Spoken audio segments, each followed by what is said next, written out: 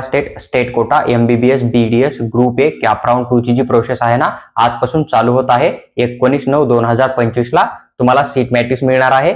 त्याचबरोबर 20/9/2025 ते 22/9/2025 या दरम्यान तुम्हाला कॉलेजचे नाव ऍड करणं आहे. जे मुलं चॉईस फिलिंग करतील, ज्यांचा स्कोर चांगला असेल त्यांना जो काही राऊंड 2 चा कट ऑफ जाणार आहे ना त्यानुसार सीट अलॉटमेंट केलं जाणार आहे. आणि 24/9/2025 ला तुम्हाला कॅप राऊंड 1 चा रिझल्ट किंवा अलॉटमेंट लिस्ट जी आहे ती सीईटी सेलच्या ऑफिशियल वेबसाईटवर बघायला भेटेल.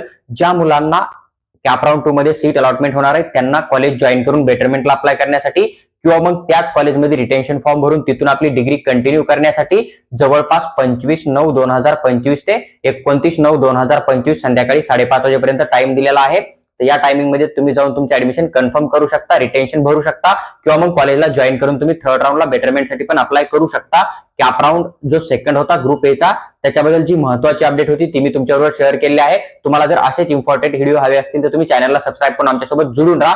आम्ही तुमच्याबरोबर ते शेअर करण्याचा नक्की प्रयत्न करू.